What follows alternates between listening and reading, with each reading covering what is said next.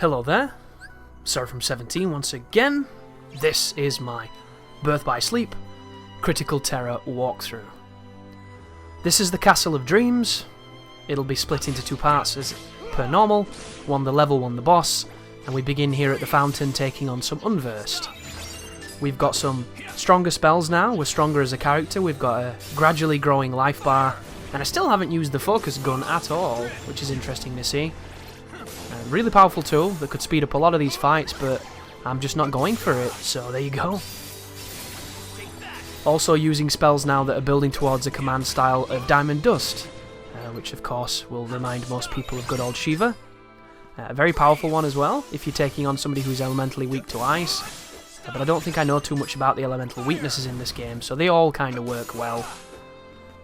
It's the Dreamweaver that you want. Dreamweaver is the one you want to always go towards, but I think that might only be Aqua who has access to that. It's still ridiculous though, that spell is broken. Complete invincibility, massive just moving hitbox of doom, incredible damage. And then you can use those ice creams to go into it perpetually, which is even more insane. And here becomes the music of this sequence, which is enough to torture one's soul, because it's on loop. But every time you get into a fight, it goes away, thankfully. And the fight music is really fun and catchy. But the thing that's worth noting here is, I remember dying on this level. The encounters we're fighting here have got quite a lot of people in them. Whenever there's a lot of people, you need to stay on top of everybody, because if you don't, they'll sneak up on you and they'll do some big hit that does massive damage. You just want to be careful is all. It's so easy to get two-shot by two attacks in a row really quickly, because you just didn't see the boots or something, or you didn't see whatever it was that clipped you. And because of the nature of fights where 6 or 7 enemies pop up at once, if you don't prioritise the right ones, you can get yourself in a spot too. But back to the music everybody loves. Which, if you are a classic, I think it's Cinderella, isn't it? A classic Cinderella fan. There's some nostalgia to it, but it just loops. It loops for the full level, and it's just you're just like, please, no more of this. That's unfortunate too. If you freeze them in an animation where they've got that weird shield armor stuff, you can't hit them if you're not careful. All kinds of weird things. There was a boot doing his weird Stompy move. An Unversed in a shoe. And is he out of a shoe now? Yeah, that guy's migrated. Oh, another thing too, you don't have to do any of these fights. I'm doing the fights because I feel like when they pop up I should do them. But you don't have to, you can just run straight to the castle and get on with it. You don't have to, to suffer these small enemies. It will benefit your character in the long run and it'll level your spells up, so there is definitely utility to it, but it is by no means necessary. As I build towards a Diamond Dust here with the Surge and the spells. There's a slide level 2. We got ourselves an Ether, or an Ether, depending on how you say that. Which we can sell later to hopefully buy some new techniques and what have you. There's an extra slow for us, I'll chuck that on. Now I won't, because I'm not leveled up yet. But the moment we do, it'll go straight into the pack with the other one, and we'll move towards getting more slows, because slows and stops and all those kind of tools, incredibly useful against certain bosses. If you can stop a boss, he can't move, and you can beat on him for free. So if you find any bosses where you can do that, and there are a few, like I think it works on Hook on one of the campaigns, because I remember doing Time Slicer to him. Like, just experiment, folks. You will find all kinds of ways to exploit the bosses and get incredible amounts of damage. And as soon as you find the one that works, stick with it, because it'll save your life. Some of them, though, I wish worked on, and don't. Like Vanitas. Vanitas is one of those bosses where you do a lot of the status effects against him, because he dodges almost everything. And you use them because you can't seemingly hit him. And there are certain moments when you can hit him, and if you do, you want to really exploit them. And a couple of those moments is when you juggle him. If you can knock him into the air and get him vulnerable, you can then use like zero gravity and it will work. And then if you can hit him with zero gravity while he's in the gravity, he can't dodge. So that's when you can hit him with all your ridiculous spells in theory. But it wouldn't surprise me if he dodged them then, because it's the kind of dude he is. But there's a few bosses like that where If you can get them in a vulnerable state, you can destroy them. It's just appreciating how to get them into the vulnerable state and then how to capitalize on it.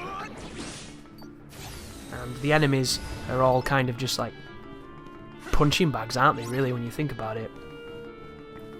Cinderella hasn't caught up yet. This is an interesting one. Very reminiscent of escorting Minnie, isn't it, in Kingdom Hearts 2? Up that one corridor in the, is it the Disney Castle? So protect Cinderella until she reaches the ballroom. If you can stop enemies here, they can't attack. If you can confuse them, they'll attack each other. If you can use any of those kind of spells, there is no reason why Cinderella should take any damage. And of course, she will move without you guys, so you have to stick with her. She'll put herself into bad spots, and you want to get rid of everything around them. This is the only kind of stage where you might die because of the game. Because of her.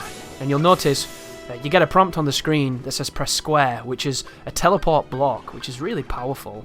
And it enables Terra to take the hit for her, which is a really nice mechanic. And I don't remember ever failing this one, which is a credit to its design. Because I don't like escort missions, I never have. And some of the hardest parts of any games have involved escorting things, because it's just so unnecessary. And some of them are legendary, especially if you're doing them on higher difficulties, and then the escort dies before he's even had a chance to do anything. Like, some of those are just brutal, and they never ever play well. It always makes me wonder who likes those sequences for them to have survived as long as they have. I think the escorts should potentially be invincible. It should be a case of you have to fight more enemies if you mess up, or you're at it for longer if you mess up, rather than, you know, just instant fail state because they died. Like, there's just a gracefulness that I don't think a lot of escorts have, and they really needed it. But this particular one is over at that point, so now we can move on to the next part of the game.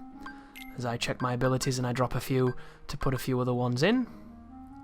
I've got a lot of fires. Don't 3 fires when added together make a fire Aga? Or is it just a stronger version of fire? Is it firer? I think it's firer. I suppose we'll see when we continue. But when you do create different moves using the spells, depending on the crystal that you put on will depend on one of the random abilities that gets applied to it that you can then learn and inherit from leveling it up. The thing to note is, of course, you want to tailor your guy towards how you play. There's no point tailoring him towards certain aspects of gameplay if it's not your style. Additionally, it seems like we got a new keyblade on the last level and I forgot to pop it on. I do that a lot, so please don't crucify me, guys. You know, it's just, I forget, you know, I get into playing and I just don't think. That's one of the wonderful things about the game, though. You can still be very effective with an unoptimized keyblade, because the game allows you to do that with the power of the spells and the power of just being able to play, you know. It's a great thing. You could probably do like SL1 base level equipment, and that would take forever, but it's definitely doable because of how the game works. You know, you could even have no commands, no magic, and it'd only just be melee and blocking and stuff, and that would still definitely be very doable, but it'd be incredibly challenging. I have no idea how you would do certain fights just because of the nature of them. Like, hitting people is hard on certain bosses because they just don't let you. Oh, here comes a fat guy from off screen. That could have been death, that, if he'd have hit me correctly then. That's how powerful that can be when you start getting multi-hit by heavy hitters. But we've got some cool moves now. We've got some cool counters. We managed to clean it up, push forward, use fire on fire pots. Obviously a great idea, right? You're doing 0 damage, Chris. It's because you're on fire, and these creatures are fire. Oh, then again, they're stopped, aren't they? So maybe that's why. Here he goes with his ground pound. Interesting. He even killed the fire pot. Wow. He's not that resilient then. Just a cool game, though. I'm really excited for Kingdom Hearts 2.8 because I've never played Dream Drop Distance.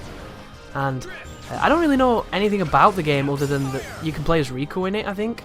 And that you do this kind of new movement system where you use lampposts to go fast. I don't know, I hope it's really cool.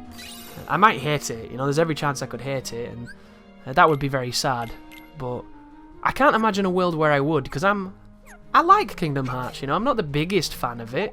I used to be back in the day, when I bought Kingdom Hearts 2 the day it came out and did nothing but play it for like 18 hours before passing out. But nowadays, there's so many games, isn't there? And we haven't really seen anything from this game in so long.